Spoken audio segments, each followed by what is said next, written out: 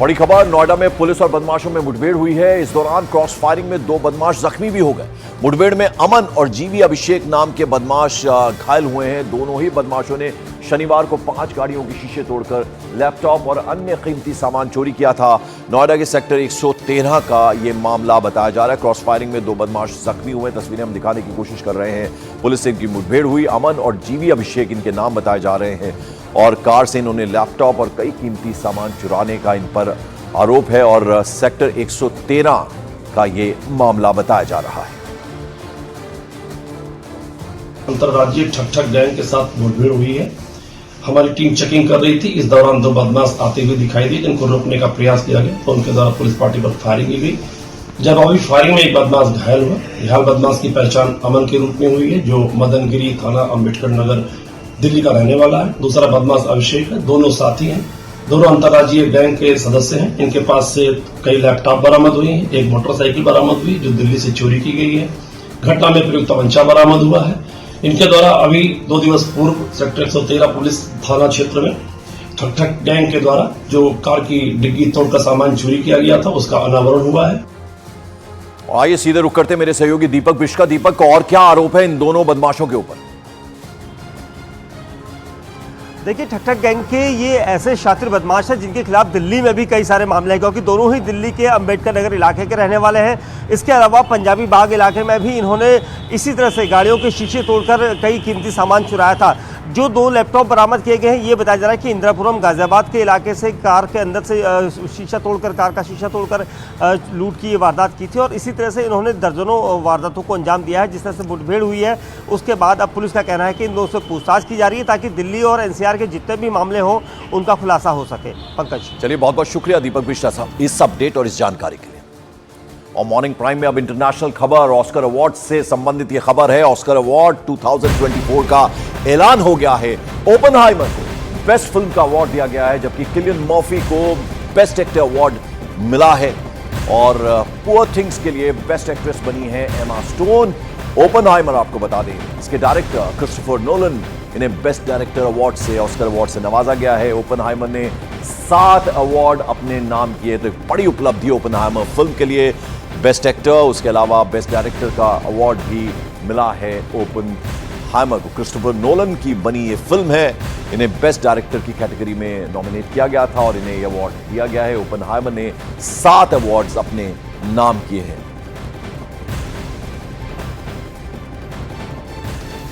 और news 18 India morning prime में वक्त एक छोटे से ब्रेक का है, लेकिन ब्रेक के बाद जब हम लौटेंगे तो हमारे साथ होंगे वरिष्ठ पत्रकार राहुल महाजन, जो हमें यह बताएंगे बीजेपी और कांग्रेस चुनाव समिति की बैठक की इनसाइड स्टोरी क्या है। साथ ही साथ यह भी बताएंगे कि बंगाल और महाराष्ट्र की सियासी हवाओं का रुख क्या है। कहीं मत जाइएगा।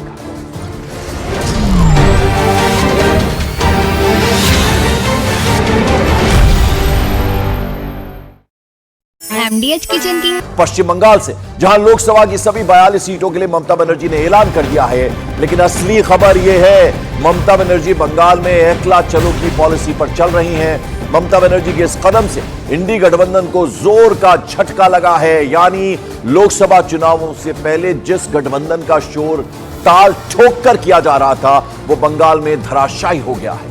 इसे ऐसे भी जरा समझ लीजिए कि ममता बनर्जी ने ना तो कांग्रेस के लिए कोई सीट छोड़ी और ना ही कांग्रेस के अधीर रंजन चौधरी को कुछ समझा। उन्होंने कांग्रेस सांसद अधीर रंजन चौधरी की बहरामपुर सीट से ही क्रिकेटर यूसुफ पठान को चुनाव मैदान में उतार दिया। यह सीट अधीर रंजन चौधरी की परंपरागत सीट मानी जाती है। 1999 से अधीर रंजन चौधरी लगातार 5 बार यहां से चुनाव जीतने में सफल रहे हैं। बहरामपुर एक ऐसी सीट है जहां 50% से ज्यादा मुस्लिम वोटर्स हैं। वो वोट बैंक बहरामपुर में ममता बनर्जी की सियासी लड़ाई को आसान कर सकता है। इसीलिए ममता बनर्जी ने यूसुफ पठान को यहां से टिकट देकर अधीर रंजन चौधरी को सीधी टक्कर देने का मन बनाया है।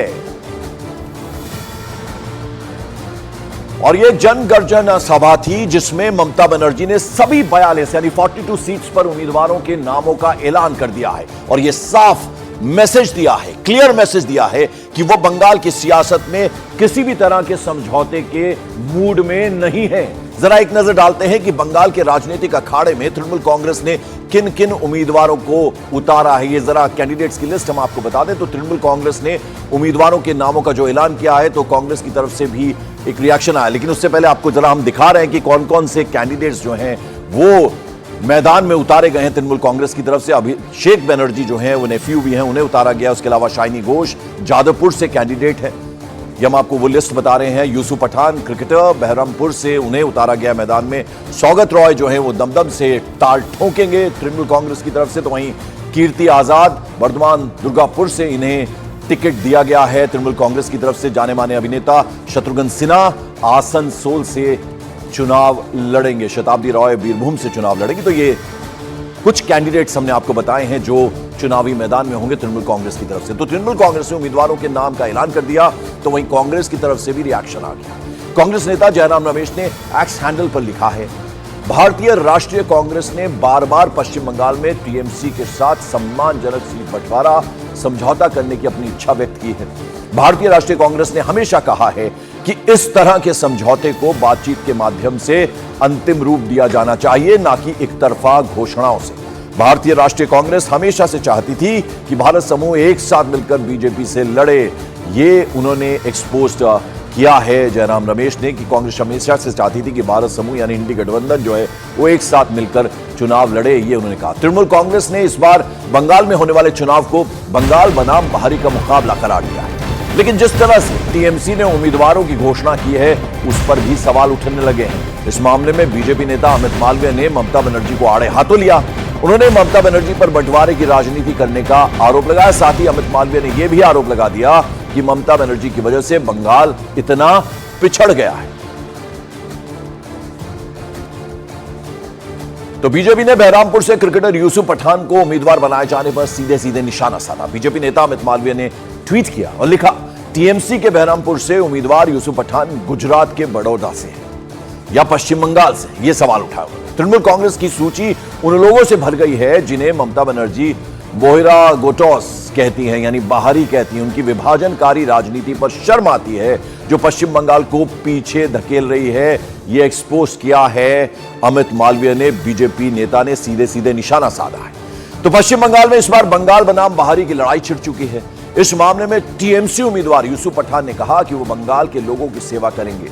तो ममता बनर्जी के कदम से तिलमिलाए अधीर रंजन चौधरी ने उनकी इस उम्मीदवारी पर ही सवाल उठा दिए।